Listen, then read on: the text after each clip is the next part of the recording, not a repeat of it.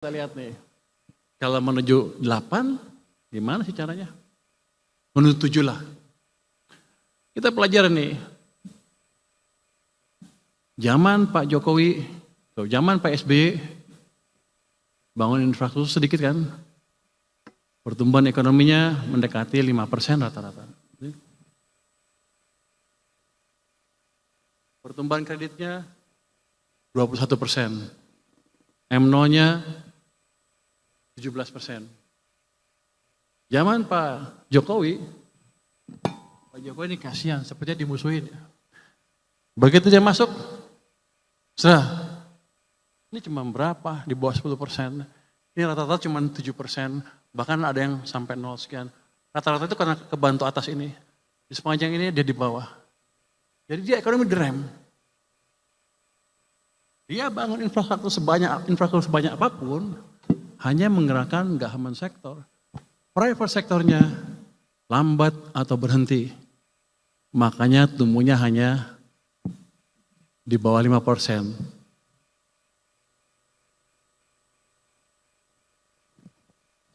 Zaman sekarang, ini dibunuh.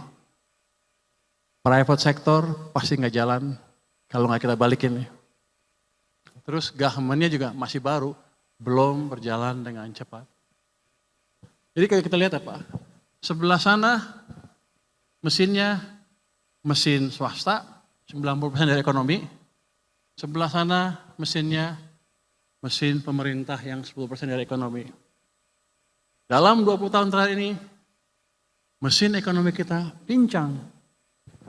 Satu jalan sana swasta, di sini satu jalan hanya pemerintah. Swasta 6, pemerintah 5. Gimana kalau dua-duanya dijalankan? Base-nya kan 6 kalau swasta.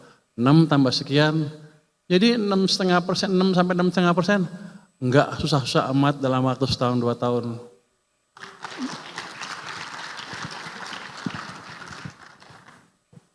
Menteri Keuangan boleh ngomong gitu? Izin ya Pak Ketua. Jadi itu satu modal utama kita. Next. Terus gimana cara mengendalikan uang itu? Next. Ini saya tunjukin aja. Pada zaman Pak SBY, utang turun. Pak Jokowi utang naik, rasio utang ke PDB-nya naik. Karena emang government led, di sana private led. Next. Berikutnya.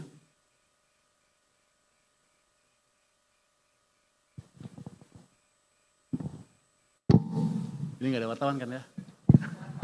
Hah? Aman? Hah? Live? Waduh. Next. Oh, udah gak apa-apa. Next. Ya Pak Fahri ya?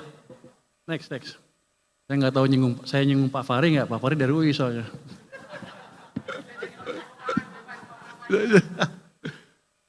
Salah satu yang penyebab kenapa uang itu kering dari sistem seringkali berhubungan dengan kemampuan pemerintah membelanjakan anggaran ya.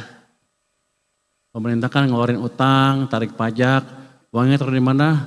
Taruh di BI. Mereka pikir, oh aman, uang saya aman di sana, bagus. Tapi yang mereka lupa, ini kan ada sistem uangnya. Tarik sini, di sana kering. Ini saya tunjukin, ini uang pemerintah di bank sentral tuh naik turun, gede sekali, kadang-kadang sampai hampir 800 triliun. Tanpa mereka sadar karena mereka nggak monitor. Di tahun 2021 saya contohkan ya, waktu uang itu kering, kita paksa uangnya masuk ke sistem di sini. Di bulan Mei 2021, 300 triliun masuk ke sistem, itu yang memulihkan ekonomi. Dan ini manajemennya mungkin kalau untuk saya sih kurang efektif. Kenapa? Ini uang pemerintah di perbankan kadang-kadang bisa sampai 800 triliun di bulan Juni kemarin, 428 di BI, 394 di bank swasta. Sekarang di bank sentral ada 538, tapi terakhir 428, 425 lah. Kalau itu saya balikin ke sistem, maka ada pertambahan yang disebut M0 atau likuiditas tadi. Itu dosa satu. Next. Berikutnya.